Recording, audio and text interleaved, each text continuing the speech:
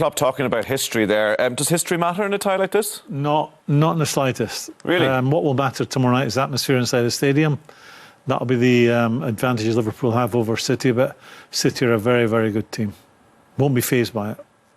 Even the fact that Klopp is asking the fans and the players to draw on that sort of legacy that they have in the stadium, and that hopefully that might impact on the City players?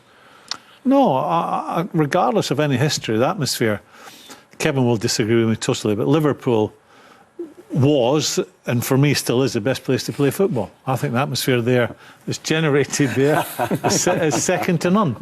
I don't know the makeup of the stadium. Surprised you said that. The makeup of the stadium, it lends itself to a great atmosphere. It's a very difficult place for anyone to go and get a result. But I was at the City game earlier when actually Liverpool beat City. At 1-1, there was nothing in the game. It was nip and tuck, and there was a 9 minutes that Liverpool had that I'd be very surprised if they had another 9 minutes like that tomorrow. I think it's a really difficult game for Liverpool, only because City are such a special team at this time. Going into the game, knowing they've got the Premier League in the bag, and the confidence that gives them, having lost a game that they will feel they shouldn't have lost Anfield earlier. Difficult game for both teams, and it's really hard to look at it with a logical head on, because logic goes out when the teams are that close. There's not a lot between them, but City have better midfield players than what Liverpool have. They've got more creativity in there. And I think that what I always do in this situation, I try and pick an 11 players from the 22, and I'm struggling to get any more than 3, possibly 4 Liverpool players into a team out at the starting 22. Yeah, I mean, First question, by the way, is Anfield the best place to play football? No.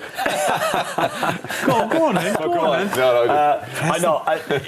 Preston Open. Yeah. No, I mean, personally, like I'd agree from a midfield aspect. I think City have better midfield players, but I'd take every one of those Liverpool attacking players over the City players. I really would. I think Liverpool have got the tools to hurt City, and I think Graeme has already talked about the atmosphere. I think Liverpool might need to maybe contain themselves a little bit, not get overexcited, not get overly exhausted, I suppose, in the early stage of the game. But that might be a factor of the occasion getting to some of the Liverpool lads. But I personally think Liverpool. So you don't have Aguero in the team then. But Liverpool can't afford to have a situation where Lovren has an off day, which he has had on some big days. I mean, the match with Spurs when he got under the ball and the two goals early on. They need Karius to have a great game. Brian, the goalkeeper worries me as well. Well, that's what I'm saying. You need Karius to have a great game.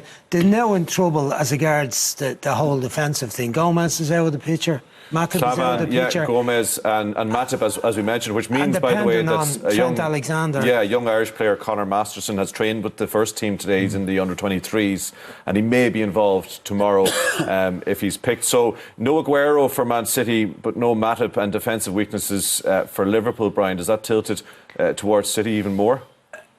I don't think Matip would have started. I think in the bigger games he has gone slightly more towards Lovren playing with Van Dijk rather than Matip. But I think that's fair to say. Certainly did it Old Trafford. I think that's his preferred pairing.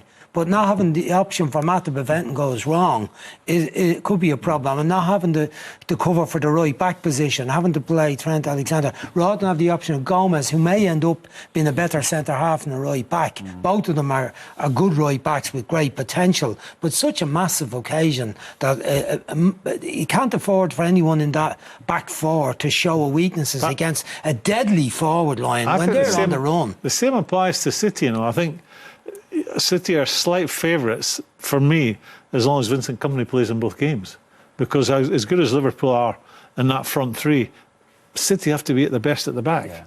And without Vincent Kompany, they are nowhere near the same team defensively.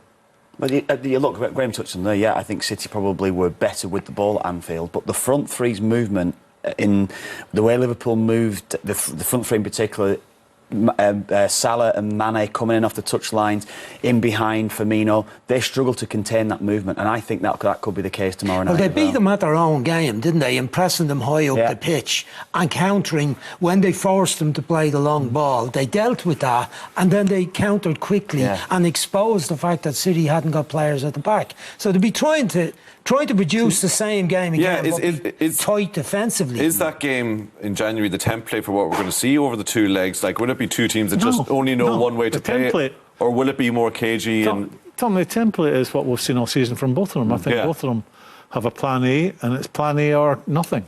I think they go out and try and win the game no matter who they're playing. That's why they're such both good teams to watch. I was working on that game, and I said before the game, you can more or less guarantee this is going to be a cracking game of football today. Because no one's going out with any negative thoughts in their head. We feel we're better going forward, trying to outscore teams. Both sets of players feel that, and that's what made it. And that's what made it such a really good game to watch. And I see this one being the same. I just, for me, Liverpool. Who's got the more question marks against them? I put a question mark against the goalkeeper decision making, which he didn't make a very good judgment call at Palace on Saturday. I think at 24, maybe one day he has a potential to be better. I'm not sure if he is there now. I think whether Matip would start or not, I think there are still question marks. Whoever plays with Van Dijk, I like him. Young Trent Alexander got an absolute roasting off Zaha at the weekend. What would he do in that area?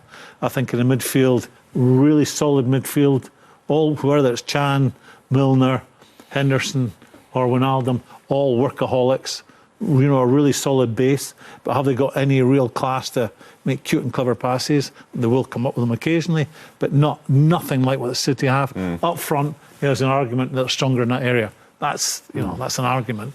But on City's side, there's less question marks about their team. Okay, so to sum it up then, over the 2 legs, taking into account everything you've said, and the Anfield factor tomorrow night. Obviously my heart's wanting Liverpool to win, and they're not without a chance because need a lead tomorrow. Not necessarily, because they've got such firepower.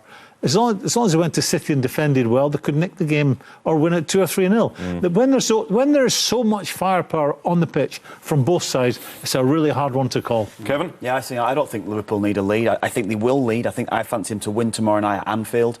But if they don't win the game, I don't necessarily see that as a dead tie at all. But I just fancy Liverpool to win through the tie. Brian, very quickly. I fancy Manchester City because of the consistency all through the season. That the only defeat they've had in the league was to Liverpool. The one-off day, Liverpool have lost other matches, lost cup matches, lost 4 in the league, a good few draws.